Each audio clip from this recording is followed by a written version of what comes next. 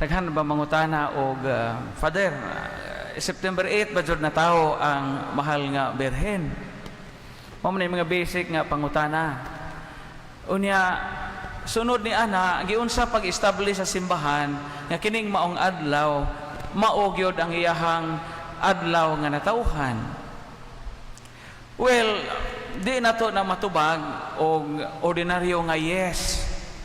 But kinahanglan makahibaw ta sa context, makahibaw po ta sa kanang kalendaryo o giyon sa pagbalanse ang adlaw kaniadto sa kalibutan sa mga Hudiyo o nato nga mga Katoliko Kristiyano. Duha ra ka liturgical feast sa kalendaryo sa atong simbahan mga igsuon ang gipahidungod o mga balaan sa langit. Ikatulo ang Christmas, no, ang December 25 na we celebrate the birthday of the Savior. Ang unang piyesta nga gitawag og liturgical feast nga gasaulog og birthday kanang June 24. Kisa man ang birthday ng June 24? John the Baptist. Na very good. Unya ikaduha karon September 8, which is the birthday, the commemoration of the birthday of the Blessed Virgin Mary. Now karon nganong September 8 man, ano sa may piyesta og Immaculada Concepcion? So December 8, no, mao man na ang solemnidad gana nato, no, December 8 sa putli nga pagkagipanamkon sa mahal nga Birhen Maria sa sabakan o sa tiyan ni Santa Ana, ang iyahang inahan. So mobalanse ka gikan og December 8, pila man ka buwan ibuntis ang tao, ang bata sa tiyan ninyong mga inahan? Siyam. So December 8, so January, February, March, April, May, June, July, August, September. So at least kay bawo mo na mangutana.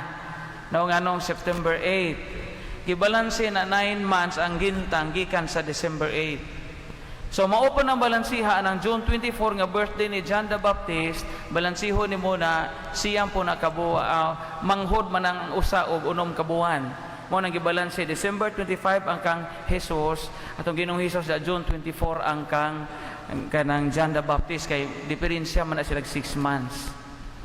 So umiyon tagmao bagyo ni ang birthday ni Mama Mary og mobasit ta sa ilang kalendaryo, ang tubag is dili. Kay lahi man ang kalendaryo nila kaniadto o kalendaryo nato karon. Kaya ang kalendar nga gigamit sa mga Hudiyo gitawag matug lunar calendar. Ang aning ato ang gisunod karon kay Gregorian calendar man ni kanang 30 ka adlaw ang usa ka buwan, unya 365 ka adlaw or 366 days ang leap year nga mo'y gisunod sa simbahang Kristiyano. So at least mao ni ang background sa atong celebration karon. Why September 8? Kapasidungkong kita karon sa mahal nga birhen nga giila nato isip garbo sa atong kaliwat, na og siya ang banag-banag, ang kaadlawon nga diin naghatag kanato sa adlaw nga mao ang atong Ginoong Hesukristo. Karon nga birthday niya, unsa man ang atong mapamalandungan diha sa ebanghelyo? Sa ebanghelyo karon gaat-at kini giunsa pagdawat dili lang ni Mama Mary but sa iyang bana nga si San Jose ang misyon nga gihatag sa Ginoo nila. Di ba sa Annunciation ingon ang ingon si Mama Mary sa Annunciation, og ulay man ko unsaon man pagkahitabo sa planos Ginoo, gipasaligan siya sa Anghel Gabriel nga ayaw kahadlok kay ang imong isabakla lang sa Espiritu Santo. Karon ang iyang bana si San Jose hing aksyon po og atras, kay nakabantay siya nga ang gisabak sa mahal nga birhen dili iya. Naglaraw siya sa pagigbuwag sa birhen sa tago, nagipadamgo man siya. Ngayon din Jose ayaw kahadlok sa pagpangasawa kang Maria kay ang iyang gisabakla sa Espiritu Santo. Parihos, no? Parihos ang giingon sa anghel sa Annunciation o sa Ebanghelyo karon, ang mensahe pod sa anghel sa Ginoo pinaagig damgo. Ang karaang mga tao, nagtuo sila nga ang damgo, usa ka mga pamaagi, aron ang Ginoo mo paabot sa iyang mensahe kanato, mo ni San Jose, gipadamgo. Abisam ganihantog karon, mutuo man yung uban og meaning og damgo. Ay, mag-sample tabi. Panlita, gadamgo mo og tae, sa may meaning ana. Sa meaning anang magdamgo og tae? Abtik lagi kaso, gadungan tanan, kwarta. No? O magdamgo mo, nahinguan og ngipon, sa may mining. Nay mamatay. Mutuo sa damgo gihapon. No? O gadamgo mo, og gituhak mo, og has, sa may buti pasabot. Naay ga traidor, o naay ga luib, nga na din na. O kanang biuda, o dalaga, nga ga damgo, ga kaog, ay skindi, sa mining. Kaminjoon. Ang damgo maunay gituuan sa karaan nga God's medium aron ang iyang message ma-communicate sa mga mortals, so sa kinigingog mga tao.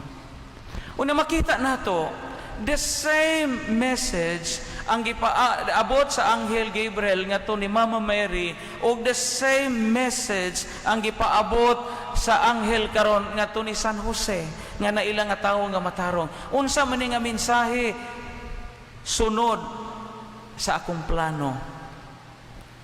Unya parehas pod sila og response. Ingon ang Mama Mary, yes, be it done unto me according to your word. Matuman diri kanako suma sa imong gipamulong si San Jose pagmata po di siya, gipangasawa niya si Maria. Puro sila ning yes sa kabubuton sa Ginoo. Mauday ka na ang sentro sa bukasyon sa atong tagsa-tagsa ka kinabuhi. Kamo mga minyo, pagkasal ninyo, hingiingon mo, yes to the Lord. Yes, Lord. Dawaton mo ba siya nga imong bana? Yes, Lord. Dawaton mo ba siya nga imong asawa? Sigon sa lagda sa tunginhan Santa Iglesia, hingingon kag yes, Lord. Mutoy atong fiat. Karon nga usa nakabag-ang nahibilin sa imong bana. Muingon ba kag yes, Lord? Piskay, umingi gihapon kag yes, Lord. Dawaton gihapon ako. Karon nga kabuhion na imong asawa. Dawaton mo ba na siya nga imong asawa? Yes, Lord, gihapon. Sama ni Mama Mary og ni Saint Joseph. Ang mga madre sa ilang religious profession mo na ilang pag-ingon og yes, Lord. Kami mga pare, pag-ordinasyon namo, mo na among formal o final nga pag-ingon nga yes, Lord. Fiat. Apan kumusta man ang atong yes ngadto sa Ginoo? Ang Ebanghelyo karon og ang kinabuhi sa mahal nga Birhen Maria og ang kinabuhi ni San Jose nga mo'y diskutan sa Ebanghelyo karon, nagpahinumdom nato nining maong leksyon. Unsa man ang leksyon? Theological message nga atong pamalandungan nga unta ang ato nga mga laraw og mga hukom sa kinabuhi dili mahimong babag sa kabubuton sa Ginoo. Nga kunta kita mga mahimong mga accomplice or accomplices sa plano sa Ginoo sa iyang laraw nga gusto niyang pahitabuon nato. Imbes nga mahimo kitang babag sa laraw sa Ginoo, manag-ing kita ni San Jose o sa mahal nga Birhen Maria nga ang ilang yes maoy nakatampo aron ang ilahang ang kabubuton sa Ginoo matuman. Pila kahigayon nga munota sa Ginoo. Ingon ang Ginoo, lakaw gato sa kalibutan aron magdaghan kamo, go to the world and multiply. Imbes ni tag yes, ang sama itong gihimo, gamit man tag contraceptives. Wata mo yes, di ta open sa life. Itudluan kita sa konsensya nga agitudluan kita sa Ginoo nga listen to the voice of your conscience. Wa man ta mo yes. Kay panahon sa eleksyon ang atong ibutaran kato magkinakusugan manghatag. Bisag di ang ngayan padag-on. Daghang mga hitabo sa atong kinabuhi nga munota. Ayan, og liguna inyong bugos sa kaminjoon. Way makabugto sa inyong kaminjoon. Dili ang problema, dili nang way bugas, dili na di makasinabot. Sa may nahitabo, gamay nga problema, buwag dajon. Ang atong yes nahimong no. Bisan unsay atong estado sa kinabuhi, bisan asa kita gipahiluna, ang labing importante nga mutag-ing ta sa Birhen nga mointog yes. Manag-ing putang San Jose nga pagmata niya kung sa sultis Ginoo iyang gisunod. Aron di ta mahimong babag sa plano sa uban. Bisag usahay, di nato masabot ang dagan sa atong kinabuhi. Kaya di man tanan atong gipangandoy sa kinabuhi matuman. Apan ang labing importante ang atong gipangandoy mahisibo sa iyang kabubutoon. Ihatag man niya og di. Kabasa ito kog post sa Facebook. Marag posting nga litong kaminjoon nga imagine insugod na kalagas. Iyang gibutang dito 2017 why uyab. 2018 wa gihapoy uyab. 2019 hapit makauyab. Nagibutang dito 2020 COVID virus, ang importante buhi. Bahalag way uyab, pila nakatuig, basta ka importante buhi. Dili tanan natong pangandoy sa kinabuhi maangkon nato. Pero ang the best achievement that we can give to the Lord is our fiat, our yes to God, our yes to the Lord. Lain-lain man nagpamaagi unsaon nato pagpuyo ang atong yes. Kami mga pari, lain-lain, lahi po ang among yes to the Lord. Kamong mga minyo, lahi po ang inyong yes to the Lord. Kamong mga biyudo o biyuda, ambot unsa po inyong yes to the Lord. Kamong wa maminyo, wa ko kay bag unsa po pamaagi sa inyong yes to the Lord. Ang importante nga kita mahimo tang accomplish sa mga planos Ginoo. O dili ta mahimo nga mga babag. Piskay og mahimo tang konsabo sa Ginoo. Kasabot mo konsabo, di ba? Kanang mo kunayb ka. Mo man ipapil nato.